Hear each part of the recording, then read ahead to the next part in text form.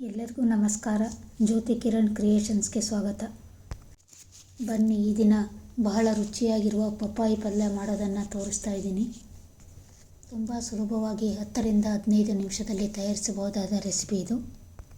ಬೇಕಾಗುವ ಪದಾರ್ಥಗಳು: ಪಪ್ಪಾಯಿ ಕಾಯಿ 1, ಚೆನ್ನಾಗಿ ತೊಳೆದು ಸಿಪ್ಪೆಯನ್ನೆಲ್ಲ ತೆಗೆದು ಚಿಕ್ಕ ಚಿಕ್ಕ ಹೋಳುಗಳಾಗಿ ಕತ್ತರಿಸಿಟ್ಕೊಂಡಿದ್ದೀನಿ. ಈ ಪಲ್ಯ ರೊಟ್ಟಿ ಅಥವಾ ಚಪಾತಿ ಜೊತೆ ತುಂಬ ರುಚಿಕರವಾಗಿರುತ್ತೆ. ಪಪ್ಪಾಯಿ ಫ್ರೈ ಒಂದು ಸುಲಭ ಹಾಗೂ ಆರೋಗ್ಯಕರ ಉಪಹಾರ. ಸ್ವಲ್ಪ ಸಾಸಿವೆ, ಉದ್ದವಾಗಿ ಕತ್ತರಿಸಿದ ಹಸಿಮೆಣಸಿನಕಾಯಿ 4, ಕರಿಬೇವು 1 ಎಸಳು,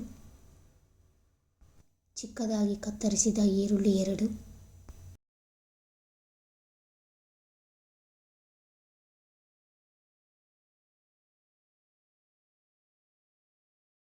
ಉಪ್ಪು ರುಚಿಗೆ ತಕ್ಕಷ್ಟು, ಎಣ್ಣೆ ಒಗ್ಗರಣೆಗೆ ಕಚ್ಚಾ ಪಪ್ಪಾಯಿ, ಈರುಳ್ಳಿ, ಕರಿಬೇವು ಹಾಗೂ ತೆಂಗಿನಕಾಯಿ ಸೇರಿಸಿ ತಯಾರಿಸಿದ ಈ ಡಿಶ್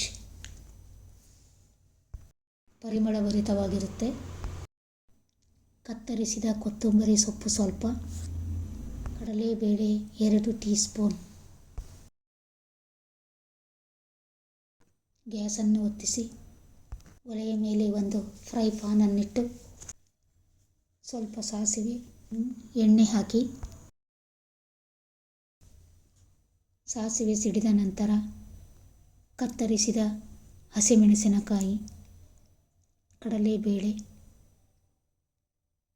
ಈರುಳ್ಳಿ,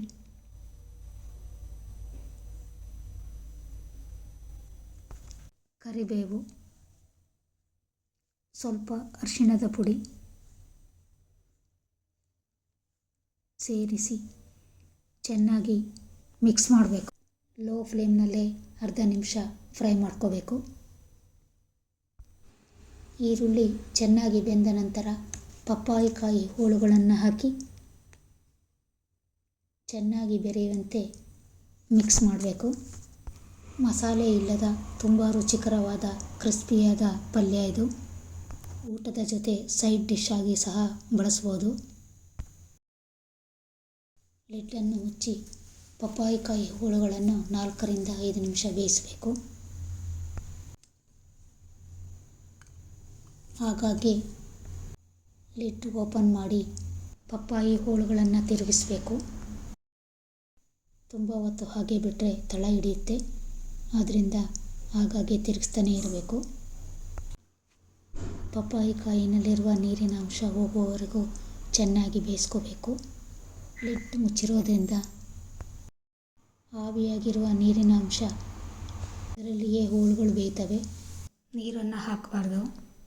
ಪಪ್ಪಾಯಿ ಕಾಯಿ ಬೆಂದಿದೆಯೋ ಇಲ್ಲೋ ಅಂತ ಒಂದು ಪಪ್ಪಾಯಿ ಹೋಳನ್ನು ತೆಗೆದು ಇಸ್ಕಿ ನೋಡಿದ್ರೆ ಗೊತ್ತಾಗುತ್ತೆ. ಈಗ ರುಚಿಗೆ ತಕ್ಕಷ್ಟು ಉಪ್ಪು ಸೇರಿಸಿ ಚೆನ್ನಾಗಿ ಮಿಕ್ಸ್ ಮಾಡಬೇಕು. ಉಪ್ಪು ಪಪ್ಪಾಯಿ ಹೋಳುಗಳೊಂದಿಗೆ ಚೆನ್ನಾಗಿ ಬೆರಿಬೇಕು. ಆ ರೀತಿ ಮಿಕ್ಸ್ ಮಾಡಿ. ಮನೆಯಲ್ಲಿಯೇ ಪಾಟ್ನಲ್ಲಿ ಪಪ್ಪಾಯಿ ಗಿಡವನ್ನು ಬೆಳೆಸ್ಬೋದು. 1 ವರ್ಷದೊಳಗೆ ಫಲ ಬಿಡುತ್ತೆ. ನಮ್ಮ ಮನೆ ಗಾರ್ಡನ್ನಲ್ಲಿ ಬಿಟ್ಟಿರೋ ಪಪ್ಪಾಯಿ ಕಾಯಿನಿಂದಲೇ ಈ ಪಲ್ಯವನ್ನು ಮಾಡ್ತಾಯಿದ್ದೀನಿ.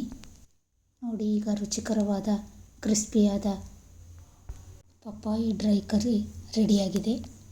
ಈಗ ಇದಕ್ಕೆ ಕತ್ತರಿಸಿದ ಕೊತ್ತಂಬರಿ ಸೊಪ್ಪು ಹಾಗೂ ತುರಿದ ಕೊಬ್ಬರಿಯನ್ನು ಸೇರಿಸಿ ಚೆನ್ನಾಗಿ ಮಿಶ್ರ ಮಾಡಿ. ರೊಟ್ಟಿ, ಚಪಾತಿ ಜೊತೆ ಸೂಪರ್ ಕಾಂಬಿನೇಷನ್ ಪಪ್ಪಾಯಿ ಪಲ್ಯ ರೆಡಿಯಾಗಿದೆ. ಮನೆಯಲ್ಲಿ ಒಂದ್ಸರಿ ತಯಾರಿಸಿ ರುಚಿ ನೋಡಿ. ತುಂಬ ಸುಲಭವಾಗಿ ತಯಾರಿಸಬಹುದಾದ ರೆಸಿಪಿ ಇದು. ರುಚಿಕರ ಹಾಗೂ ಆರೋಗ್ಯಕರವಾಗಿರುತ್ತೆ. ಯಾರೆಲ್ಲ ನನ್ನ ಚಾನಲ್ ನೋಡ್ತಿದ್ದೀರೋ ಪ್ಲೀಸ್ ಸಬ್ಸ್ಕ್ರೈಬ್ ಮಾಡಿ. ಹೊಸ ರೆಸಿಪಿಗಳೊಂದಿಗೆ ನಿಮ್ಮ ಭೇಟಿ ಮುಂದಿನ ವಿಡಿಯೋದಲ್ಲಿ. ಹಬ್ಬ ಹರಿದಿನಗಳಲ್ಲಿ ಊಟದ ಜೊತೆ ಈ ಪಲ್ಯವನ್ನು ಸೈಡ್ ಡಿಶ್ ಆಗಿ ಮಾಡಬಹುದು. ಹಾಗೆಯೇ ತಿನ್ನಲಿಕ್ಕೆ ತುಂಬ ರುಚಿಯಾಗಿರುತ್ತೆ. ತುಂಬ ರುಚಿಕರವಾದ ಮನೆಮದ್ದು ಕರ್ರಿ ಇದು. Thank you.